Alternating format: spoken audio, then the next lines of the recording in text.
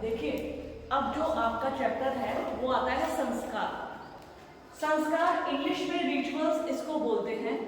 अगर हम संस्कार की बात करें, मैंने लास्ट टाइम तुम्हें बताया था, संस्कार शब्द का अर्थ होता है शुद्धिकरण से, परिष्कृत करने से, कि किस प्रकार व्यक्ति को अपने धर्म के लिए शुद्ध किया जाता है, परिष्कृत किया जाता है। उसके लिए संस्कार का प्रयोग प्राचीन काल से ही होता आ रहा है।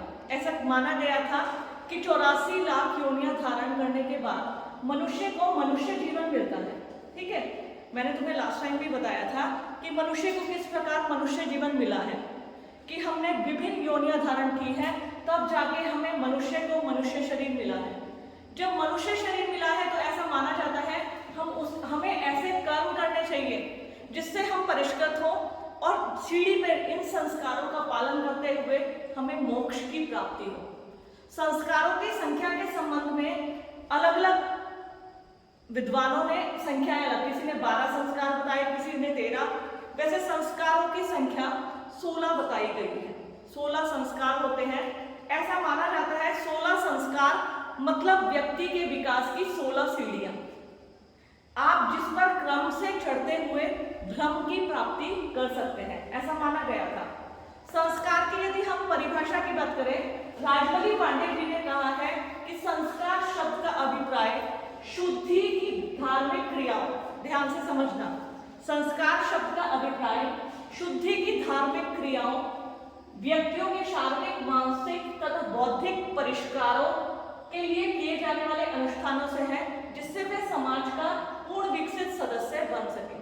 मतलब व्यक्ति को जैसे जो होता है, ऐसा माना जाता है जब व्यक्ति जन्म लेता है तो उसमें क्या होता है, वो शुद्ध नहीं होता, अशुद्ध होता है। आप लोगों ने अपने घर में ही देखा होगा, जब अक्सर नवजात शिशु का आगमन होता है तो दीपक नहीं जलाते, पूजा नहीं करते, ऐसा है क्या? है? ऐसा माना जाता है घर अशुद्ध हो गया, ऐसा होता है ना। फिर पूजा पाठ कुछ दिनों बाद, कुछ एक समय होता है जो मैं अभी तुम्हें बताऊंगी, उसके बाद पूजा पाठ किया जाता है, हवन किया जाता है, नवजात शिशु को और उसकी माँ को घर से बाहर निकाला जाता है, तब माना जाता है घर शुद्ध हो गया। तो ऐसे में क्या होता है, व्यक्ति को हिंदू धर्म में, देखो खास तौर पर हिंदू धर्म हो चाहे मुस्लिम धर्म, दोनों की मैं बात बताऊंगी अभी यहाँ पे। मुस्लिम धर्म में भी संस्कार होते हैं, जैसे हिंदू धर्म में संस्कार है, ऐसे मुस्लिम धर्म में भी संस्कार होते हैं। उनका जिक्र भी मैं तुम्हें यहाँ करूंगी, क्योंकि कहीं ना कहीं कंपटीशन एग्जाम में ये सब चीजें पूछी जाती है। तो जो संस्कारों के लिए राजबली पांडे जी ने बोला है कि संस्कार उन धार्मिक क्रियाओं के संपादन से हैं जिनसे एक व्यक्ति का शारीरिक, मानसिक व बौद्धिक परिष्कृत करके उसे बनाया जाता है, जिससे वो समाज का पूर्ण विकसित सदस्य बन सके, जिससे हम समाज का पूर्ण विकसित सदस्य बन सके। अब इसको चैप्टर को शुरू करने से पहले मैं तुमसे ये जानना चाहूंगी, तुम सभी से, आपके घर में शादी, विवाह, उत्सव, मुंडन, इस तरह के संस्कार होते हैं? होते हैं। कौन कौन से बताइए? मुंडन, शादी होता है, गृह प्रवेश होता है, नामकरण होता है, बच्चे का मुंडन संस्कार होता है ना, उपनयन संस्कार, मुंडन संस्कार, ठीक है। फिर अगर मैं नाम तुम्हें याद दिलाऊं तो नामकरण संस्कार होता है, अन्नप्राशन कराते हैं बच्चे का। अरे तुम्हारे यहाँ तो सभी कुछ होता है, फिर तो तुम सब भली भांति परिचित हो गए संस्कारों से।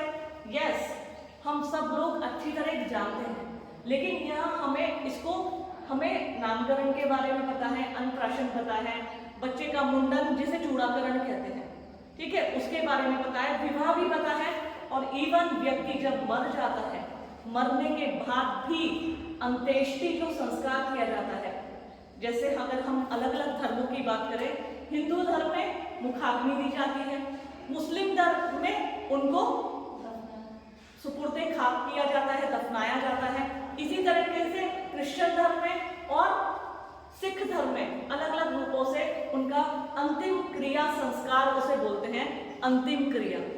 अंतिम क्रिया मतलब बस उस व्यक्ति का अंतिम संस्कार, कहते हैं ना अंतिम संस्कार कहाँ होगा, कि वहां घाट पर होगा अंतिम संस्कार। तो अंतिम संस्कार की संज्ञा दी गई है अंत्येष्टि। तो कहने का मतलब ये व्यक्ति के जो 16 संस्कार हैं ये उसके विकास की 16 सीढ़ियां हैं। ऐसा माना जाता है यदि उसे समाज का पूर्ण विकसित सदस्य बनना है तो इन्हें उस 16 संस्कारों से होकर निकलकर जाना पड़ेगा। तो और ये क्यों है हिंदू धर्म में? देखो ऐसा माना गया है हम सभी अपने कर्मों को भुगतने इस पृथ्वी पर आए हैं। जो हम अपने कर्म करते हैं उसके अनुरूप हमें फल मिलता है। आज इस पृथ्वी पे तुम देखते हो कोई व्यक्ति अपंग है, कोई किसी बीमारी से ग्रस्त है, किसी को कर्जे ने मार रखा है, किसी के यार बुद्धि का अभाव है, बुद्धिहीन व्यक्ति है। तो सब व्यक्ति अपने कर्मों के अनुरूप अपने अपने फल भोगने आए हैं। संस्कार क्या होते हैं? व्यक्ति को परिष्कृत करते हैं कि उनका वो प्रभाव कम हो जाए, पिछले जन्मों का प्रभाव कम हो जाए और वो जो क्रम से चढ़ते हुए मोक्ष की प्राप्ति करें। मोक्ष मैंने क्या बताया बेटा? मोक्ष किसे कहते हैं? जन्म और मृत्यु के चक्र से छुटकारा पाना ही मोक्ष है। मैंने कहा ना 84 लाख। अगर एक व्यक्ति मर जाता है उसे मच्छर, मक्खी, कुत्ता, जितने भी तुम पृथ्वी पर जीव जंतु जानवर देखते हो सबकी योनियां धारण करनी पड़ती है। ठीक है, तब जाके उसे जब सारी 84 लाख योनियां धारण कर लेता है, ऐसा माना जाता है, तब उसे मनुष्य शरीर मिलता है। तो इस जन्म मृत्यु के चक्र से छुटकारा पाना ही मोक्ष है। इसे मोक्ष है, ध्यान रखना। मोक्ष किसे कहते हैं? जन्म और मृत्यु के चक्र से छुटकारा पाना ही मोक्ष की प्राप्ति है। तो अब आते हैं हम 16 संस्कारों की तरफ। हमारे यहाँ 16 संस्कार बताए गए हैं, जैसे गर्भाधान, पुंसवन, सीमंतोन्नयन, जातकर्म, नामकरण, निष्क्रमण, अन्नप्राशन, चूराकरण, कर्णछेदन, विद्यारंभ, उपनयन, वेदारंभ, विकेशांत, समावर्तन, विवाह और अंत्येष्टि। ये 16 संस्कार बताए गए हैं जो मैंने तुम्हें यहाँ पर लिखे हैं। तो अगर मैं बात करूं गर्भाधान, पुंसवन और सीमंतोन्नयन, ये बच्चे के जन्म से पहले के संस्कार हैं। ये जो 3 संस्कार होते हैं ये बच्चे के जन्म से पहले आयोजित किए जाते हैं, और जो ये बाकी के संस्कार है 13 संस्कार, ये उसके जन्म के बाद के संस्कार हैं। सबसे पहले है गर्भाधान। गर्भाधान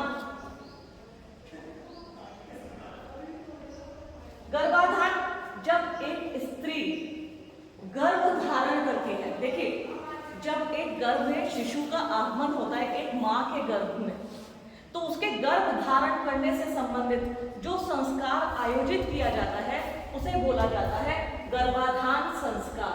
ये भी एक संस्कार होता है। अब अगर हम आज के समय की बात करें, आज का तो मॉडर्न टाइम है। मॉडर्न टाइम कैसे? माँ बाप सोचते हैं तो पंडित जी से सुलझाते हैं या सोचते हैं हमारा बच्चा इस तारीख को होना चाहिए, तो जाते हैं ऑपरेशन करवा लेते हैं और बच्चा उसी तारीख को जन्म ले लेता है। जबकि प्राचीन काल में हर एक क्रिया जो होती थी धार्मिक अनुष्ठानों के माध्यम से संपादित होती थी। गर्भाधान संस्कार जब एक स्त्री गर्भ धारण करती थी वो भी एक संस्कार होता था। दूसरा आता है पुंसवन संस्कार। पुंसवन संस्कार क्या होता है?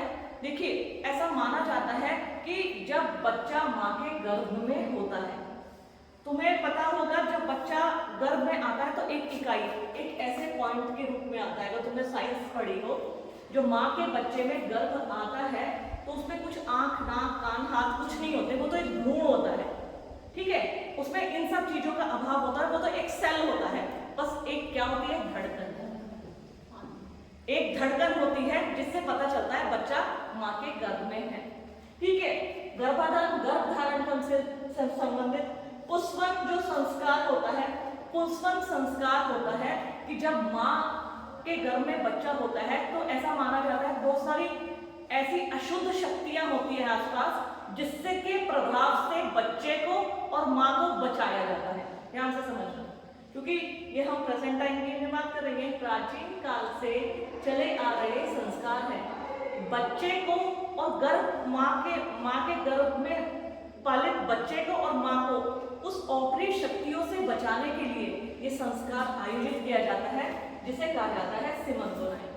पुंसवन, सीमंतोन्नयन।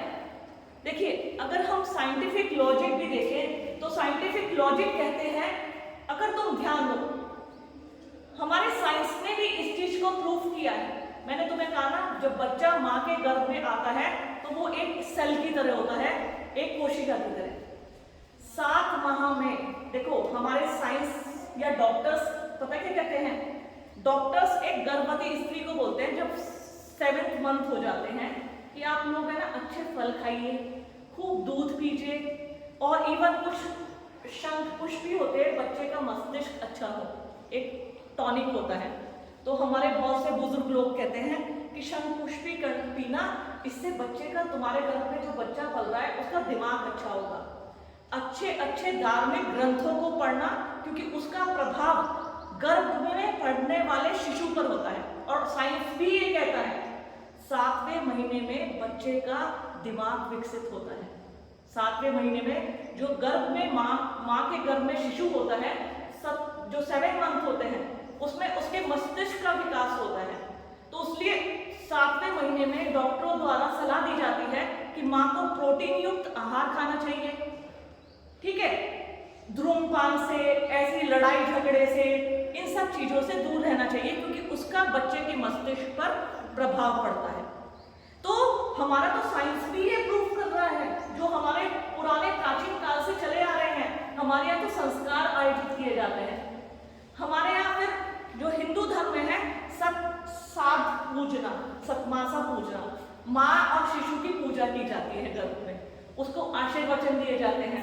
खूब स्त्रियां उसके कान में अच्छी अच्छी बात बोलती है। अच्छी बात इसलिए बोलती है कि उसका प्रभाव बच्चे पर पड़ता है। तो ये तीनों संस्कार जो होते हैं ये जन्म से पहले के हैं। फिर आता है जात कर्म संस्कार। मैंने बताया ना, अब तो बच्चे हॉस्पिटल में जन्म लेने लगे हैं।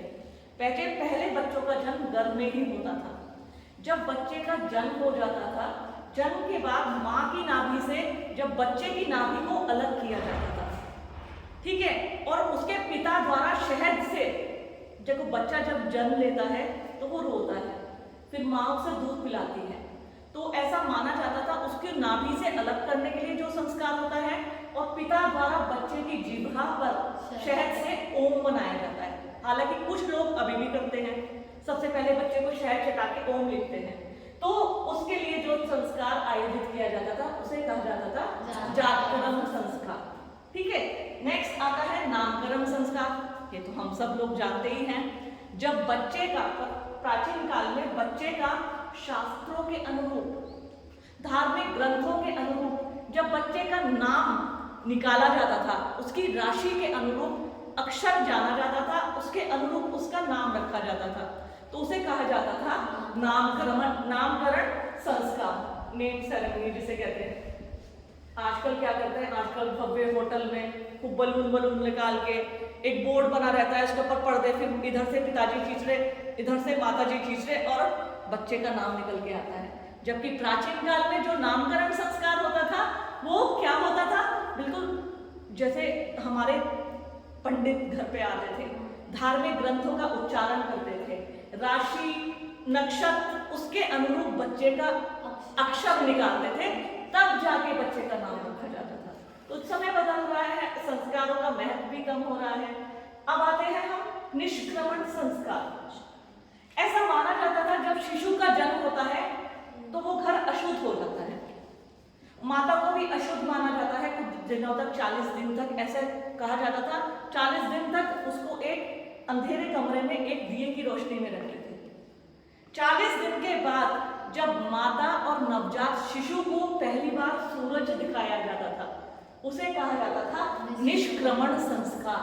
ध्यान रखना, देखो मैं तुम्हें अभी ये संस्कार पढ़ा रही हूँ बच्चों, है ना। मैंने अपने टाइम में संस्कारों को देखो रटा नहीं था, समझा था। समझ तुमने देखा होगा, मैंने तुम्हें फ्लोलेस बता रही हूँ, ये कोई मैं वहां से रट के नहीं आई हूँ। अपने टाइम में जो मैंने पढ़ा था, मैंने इतने इत्मीनान से पढ़ा था। मैंने कहा था ना, जब भी पढ़ाई करो दिमाग के साथ साथ दिल का भी इस्तेमाल करो। वैसे तो दिल का हम कहीं भी जगह इस्तेमाल कर लेते हैं, कई चीजों में यूज करते हैं दिल का, लेकिन पढ़ाई में भी दिल से याद करो। गाने हम किस चीज से याद करते हैं? दिल से, दिमाग से थोड़ा ना करते हैं याद। गाने तुम्हें कितनी जल्दी याद होते हैं? अच्छा ये बताइए, जल्दी से याद हो जाते हैं? कोई फिल्मी गाना, वो आजकल कौन सा गाना चल रहा है, देखो मैं तो गाने भूल जाती हूँ। कोई अच्छा सा गाना बताओ। देखो पढ़ाई, एक बात बताओ, पढ़ना भी एक साइकोलॉजी है। हम एक बीएड में चाइल्ड साइकोलॉजी पढ़ते हैं। मैं बीच बीच में तुम्हें इसलिए बता देती हूँ कि तुम्हें बोरिंग ना लगे। मैं तुमसे पूछना चाहती हूँ, जो मैं पढ़ाती हूँ तुम्हें बोरिंग लगता है? नहीं। अच्छा सा समझ में आता है ना? क्योंकि मैं खुद जब पढ़ती थी मुझे ऐसा फील होता था कि पढ़ाई बोरिंग हो जाती है। बोरिंग बनाने के लिए हमें उसका तरीका बदलना पड़ेगा। बोरिंग नहीं बनानी है। मैंने अभी भी तुम्हें बताया, गाने हमें बहुत जल्दी याद हो जाते हैं। एक बार सुनेंगे अच्छा लगा, दूसरी बार सुनेंगे तो वो तो बाद में बोलेगा, हम पहले बोलने लगते हैं। केसरिया माता इश्क दिया, ऐसे ना, तो हमारे जो फ्लो आ जाता है। तो मैं इसलिए कहती हूँ, जब पढ़ाई करो, पढ़ाई को दिल भी इस्तेमाल में लाओ, दिमाग के साथ साथ दिल भी। इससे क्या होगा? जल्दी याद होगा, मेमोराइज होगा और हमें रटना नहीं पड़ेगा। इसलिए मैं तुम्हें बता रही हूँ, सारे संस्कार मैंने बहुत अच्छे से करे थे, रटे नहीं थे। लेकिन अब क्या है कि मुझे कंठस्थ, मुझे कोई भी, तुम पुरुषार्थ, संस्कार, आश्रम व्यवस्था अभी भी कहोगे पढ़ाने को, मैं फ्लोलेस तुम्हें पढ़ा दूंगी। रीजन ये है, मैंने दिल से पढ़ाई की है। ठीक है, तो अब हम बात कर रहे थे अन्नप्राशन संस्कार, जैसा कि इस नाम से ही है। 6 माह में ऐसा हो जाता है, देखो इवन हमारे यहाँ तो अन्नप्राशन संस्कार प्राचीन काल से होता आ रहा है, और हमारे डॉक्टर्स आज बता रहे हैं कि 6 माह के बाद बच्चे को सॉलिड या सेमी सॉलिड फूड देना चाहिए। वो तो अब बता रहे हैं। हमारे यहाँ तो संस्कार बनाया हुआ है जो प्राचीन काल से चला आ रहा है। हमारे पुरखों ने, हमारे प्राचीन जो पीढ़ियां चली आ रही है, उन्होंने कब बता दिया था कि बच्चे को जो अन्न दिया जाता है वो दिया जाता है 6 माह के बाद। 6 माह के बाद जब घर में पंडित को बुला के धार्मिक अनुष्ठान करके बच्चों को अन्न दिया जाता है पहली बार, उस संस्कार को कहा जाता है अन्नप्राशन संस्कार। क्यों किया जाता है ये इसलिए किया जाता है कि बच्चे को अन्न अच्छी तरह डाइजेस्ट हो। इसलिए ब्राह्मणों को साथ में अन्न भी दान किया जाता है, वस्त्र दान किए जाते हैं, रुपया पैसा दान किया जाता है कि जो हमारा शिशु है उसको अन्न अच्छे से पचे और उसका संपूर्ण विकास हो और वो प्रगति की ओर अग्रसर रहे। इसलिए अन्नप्राशन संस्कार किया जाता था। फिर चूड़ाकरण संस्कार, चूड़ाकरण संस्कार जिसे कि मुंडन संस्कार भी कहते हैं। बच्चों को जो ऐसा माना जाता है, जो बच्चे के केश जन्म के समय के होते हैं उसमें ओपरी शक्तियों का प्रभाव होता है। मतलब ऐसा माना जाता है बच्चे जब जन्म, नवजात शिशु होते हैं उन्हें ज्यादा बाहर नहीं ले जाते, नदी पार नहीं करवाते। ऐसे कहते हैं अशुद्ध शक्तियों का समावेश होने का भय बना रहता है। तो जब चूड़ाकरण संस्कार होता है, मुंडन संस्कार, तो बच्चे के नवजात जो बाल होते हैं उनको हटा के गंगा में या धारा में पूरा रीति रिवाज के अनुसार प्रवाहित किया जाता है, जिससे कुछ अशुद्ध शक्तियां से बच्चा सुरक्षित रहे। उस संस्कार को कहा जाता है चूड़ाकरण संस्कार। फिर आते हैं कर्णछेदन संस्कार। हमारे शास्त्रों में कहा गया है कि जो स्वर्ण होता है, सोना, सोना होता है ना, स्वर्ण आभूषण जो हम पहनते हैं, तो हमने इसको पैटर्न बना लिया, पैटर्न, ठीक है। फैशन में हमने चेन भी पहनी, इयर रिंग्स भी दिखावे के लिए, है ना। लेकिन आपको क्या मालूम है, स्वर्ण कोई छोटा सा भी आपके शरीर पे टच होना जरूरी है। उसका एक हमारा शास्त्रीय विधि विधानों के अनुसार एक लॉजिक है। ऐसा माना जाता है स्वर्ण जो होता है वो शरीर को शांत रखता है, शरीर को परिष्कृत करता है। स्वर्ण जो होती है हिंदू धर्म में शुद्ध धातु मानी जाती है। स्वर्ण या चांदी, सोना या चांदी को शुद्ध धातु माना जाता है। और ऐसा माना जाता है कि हमें शरीर के किसी भी भाग में छोटा सा उसको टच, जैसे हम नोज पिन के रूप में या कानों में, तो बच्चों का कर्ण छेदन किया जाता था, एक लड़कों का एक, लड़कियों के दोनों। तो उस संस्कार को कहा जाता था कर्ण छेदन संस्कार। इसके बाद आता है विद्या आरंभ संस्कार। जब बच्चों को अक्षर का ज्ञान दिया जाता था, तो उस ज्ञान के लिए, जैसे अगर मैं तुम्हें बताऊं, मैं मुस्लिम में संस्कार तुम्हें बता रही थी, मुस्लिम में भी संस्कार होते हैं। और चलो इसके बाद बताऊंगी, इसके बाद बताऊंगी पहले। तो विद्यारंभ जब अक्षर का ज्ञान कराया जाता था और उसे पहली बार अक्षर बुलवाया जाता था, बच्चों को कोशिश की जाती है माँ बोलो माँ, तो बच्चों को उस संस्कार को कहते थे विद्यारंभ संस्कार। एक आता है उपनयन संस्कार। उपनयन संस्कार जब बच्चा पढ़ने के लिए ऋषि कुल में या ऋषि मुनियों के पास जाता था और जिस धार्मिक संस्कार का आयोजन किया जाता था उसको बोला जाता था उपनयन संस्कार। आश्रम व्यवस्था में आगे आपको पढ़ाऊंगी ब्रह्मचर्य, गृहस्थ, वानप्रस्थ और संन्यास। जब ब्रह्मचर्य आश्रम में व्यक्ति प्रवेश करता है तो वो प्रवेश करने के लिए सबसे पहले उपनयन संस्कार का आयोजन किया जाता है। उपनयन संस्कार की आयु ब्राह्मण, क्षत्रिय और वैश्य इन तीनों के लिए अलग अलग होती है। जैसे ब्राह्मण के लिए 8 वर्ष, क्षत्रिय के 10 और वैश्यों के लिए 12 वर्ष। जब बच्चा 8 वर्ष का होता था तो उसका उपनयन संस्कार किया जाता था और वो माँ बाप से अलग जंगलों में ऋषि मुनियों के पास शिक्षा ग्रहण करने के लिए चला जाता था। तुमने रामलीला देखी होगी, रामायण पढ़ी होगी। भगवान राम जब अपने घर से राम, लक्ष्मण, भरत, शत्रुघ्न पढ़ने के लिए अपने ऋषि मुनियों के पास चले गए थे तब उस संस्कार को कहा जाता है उपनयन संस्कार। फिर वेदारंभ संस्कार।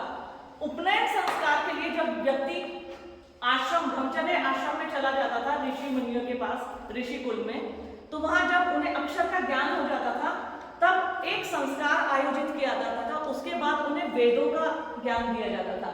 जैसे हमारे ऋग्वेद, यजुर्वेद, सामवेद और अथर्ववेद, ये वेद है ना। तो उपनयन संस्कार के बाद जब उन्हें अक्षर का अच्छे से ज्ञान हो जाता था ऋषिकुल में, उन्हें ऋषिकुल में ज्ञान होने के बाद ऋषि मुनि जो होते थे वेद को तब पढ़ाते थे जब उन्हें पूरा ज्ञान हो जाता था। ऋषिकुल में बड़े बड़े राजा, महाराजा सब लोग जाके पढ़ते थे। और वो गुरु की सेवा कैसे करते थे? वो गाय से दूध भी निकालते थे, गोबर को भी हटाते थे, अपने आश्रम में झाड़ू लगाते थे, पानी लाते थे, भोजन खुद बनाते थे। ऋषि जो होते थे उनके गुरु होते थे। वो गुरु के लिए सारा कार्य करते थे। किस चीज के लिए? बस गुरु हमें शिक्षा देते। आज मैं क्लासरूम में तुमसे कहूँ बच्चों जरा ये काम करो, मेरे बच्चे तो क्या बहुत अच्छे हैं। मैं कहीं भी जाके ये कह सकती हूँ मेरे स्टूडेंट जो मेरे से अटैच है, जो भी मैं कहती हूँ, जब भी कहती हूँ, वो पूरा काम करते हैं। लेकिन कुछ बच्चों को मैं देखती हूँ तो वो अगर आवाज भी लगाओ तो पास आने की बजाय दूर भाग जाते हैं, मैडम पक्का कुछ काम बता रही हो। जबकि अगर हम साइंटिफिक लॉजिक को तो छोड़ो, अपने प्राचीन धार्मिक ग्रंथों का अनुसरण करें तो बड़े बड़े भगवान राम, बड़े बड़े राजा जाया करते थे ऋषिकुल में, और वो अपने गुरुओं की ऐसे सेवा किया करते थे तन मन तन से, जिसका फल उन्हें ऐसे मिलता था वो प्रतापी राजा बनते थे, यशस्वी राजा बनते थे। आज जिनको हम अपने धार्मिक ग्रंथों में पढ़ रहे हैं।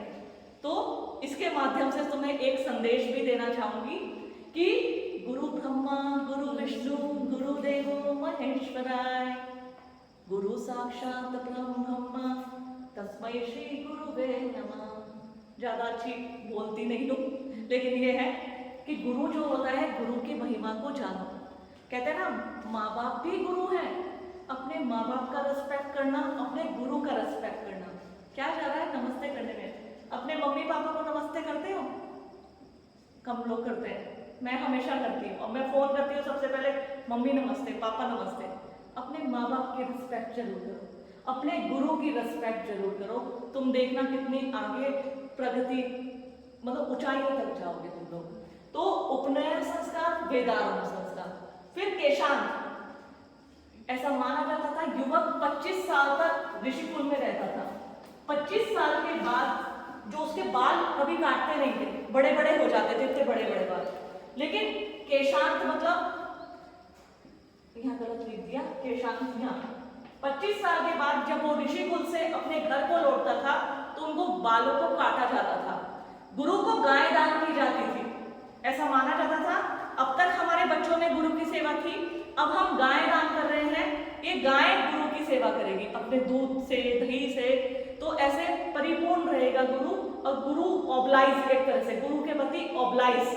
तो केशांत व्यक्तियों के बाल काटकर और वो गृहस्थ जीवन में प्रवेश करते थे, जिसे कहा जाता था केशांत संस्कार। फिर समावर्तन। समावर्तन कहते थे जब वो घर पे आ जाता था, अपने घर पर व्यक्ति ऋषिकुल से अपने घर पे आ जाता था। घर में बड़े, जिसे कहते हैं ना पार्टी, उत्सव, लोगों को खाना खिलाया जाता था, प्रतिभोज कराया जाता था कि हमारा बच्चा ऋषिकुल से ज्ञान, शस्त्र का ज्ञान, विद्या का ज्ञान, सभी ज्ञान अर्जित करके घर वापस आ गया है। फिर वो जब गृहस्थ जीवन में प्रवेश करता था, विवाह के माध्यम से विवाह संस्कार आयोजित किया जाता था। विवाह संस्कार में प्रवेश करने के लिए, गृहस्थ जीवन में प्रवेश करने के लिए विवाह संस्कार का आयोजन किया जाता था। और लास्ट अंत्येष्टि संस्कार, जब व्यक्ति मृत्यु को प्राप्त हो जाता था तो उसके लिए भी अंतिम संस्कार किया जाता था, जिसे कहा गया है अंत्येष्टि संस्कार। तो ये है बच्चों 16 संस्कार। ये है संस्कार की परिभाषा। और ये 16 जानने की इच्छा होती थी जब मैं पढ़ा करती थी कि हिंदू में संस्कार होते हैं, मुस्लिम, क्रिश्चियन, सिख में भी क्या संस्कार होते हैं। जब मैंने गूगल पे सर्च किया, किताबों को खंगाला, तो मुझे मुस्लिम में भी संस्कार मिले पढ़ने को। फिर मैंने पढ़ा इनका मतलब क्या होता है। सत्वा, हमारे यहाँ जैसे समावर्तन होता है ना, गर्भाधान, पुष्पन, सीमंतोनयन, ऐसे वहां सत्वा होता है। सत्वा का मतलब जब एक स्त्री गर्भ धारण करती है और बच्चा 7 महीने का हो जाता है, तो उसमें क्या होता है, लोगों को मिठाइयाँ बांटी जाती है। बच्चे माँ के गर्भ में सही रहे, हष्ट पुष्ट रहे, स्वस्थ रहे, इसके लिए लोगों को खिलाया जाता था। उस पहले संस्कार को मुस्लिम में कहा जाता है सत्वा। फिर चिल्ला या अकीका, जब बच्चा जन्म ले लेता है तो उसके 40 दिन बाद बच्चे के नामकरण से संबंधित और बच्चे और शिशु के स्वस्थता से संबंधित संस्कार आयोजित किया जाता था। जैसे नामकरण, हमारे यहाँ नामकरण होता है, वहां होता है अकीका, चिल्ला या अकीका उसको कहा जाता है। फिर बिस्मिल्लाह, बच्चा जब बोलने के योग्य हो जाता है तो वहां पे मौलवी जी आते हैं। मौलवी जी आकर बच्चे को सबसे पहले वर्ड बुलवाते हैं बिस्मिल्लाह। ऐसा माना जाता है बिस्मिल्लाह से बच्चे की जैसे शिक्षा आरंभ होती थी। कुरान शरीफ, उनका जो पवित्र धार्मिक ग्रंथ है, उसको पढ़ाने के लिए बोला जाता था, उसे कहा जाता था बिस्मिल्लाह। फिर खतना, खतना एक ऐसा 3 से 7 अवस्था में जो बच्चे, लड़के होते थे, मेल चाइल्ड, तो उनके लिंग से संबंधित उसको काटा जाता था, उसकी खाल को, और लोगों को खाना खिलाया जाता था। और जो जितने भी मौलवी होते थे उनको पैसे, फल, मिठाई वितरित की जाती थी कि बच्चा जो है, बच्चा संरक्षित रहे। अपने जो होते ना धार्मिक क्रियाकलाप, धार्मिक कर्म का, उसे कहा जाता था खतना। फिर बोला जाता था निकाह। निकाह जैसे विवाह संस्कार होता है, ऐसे उनके यहाँ विवाह को बोला जाता है निकाह। मैयत, जैसे हिंदू में अंत्येष्टि संस्कार होता है, ऐसे उनकी लाश में व्यक्ति जब मर जाता था और उसकी शव यात्रा निकाल के उसको दफनाया जाता था, सुपुर्दे खाक किया जाता था, तो उसे कहा जाता था मैयत संस्कार। तो ये संस्कार मुस्लिम संस्कार है। हल्का सा लिख लो, अगर कभी एग्जाम में आने लगे तो तुम्हें पता होना चाहिए। मुस्लिम संस्कार तुम लिखना, प्रमुख 6 प्रकार के होते हैं, ठीक है। सबसे पहले सतवा, चिल्ला या अकीका, बिस्मिल्लाह, खतना, निकाह और मैयत। इस तरीके से हिंदुओं के साथ साथ मुस्लिम में भी संस्कार व्यवस्था पाई जाती है। तो ये है बच्चों आपका संस्कार।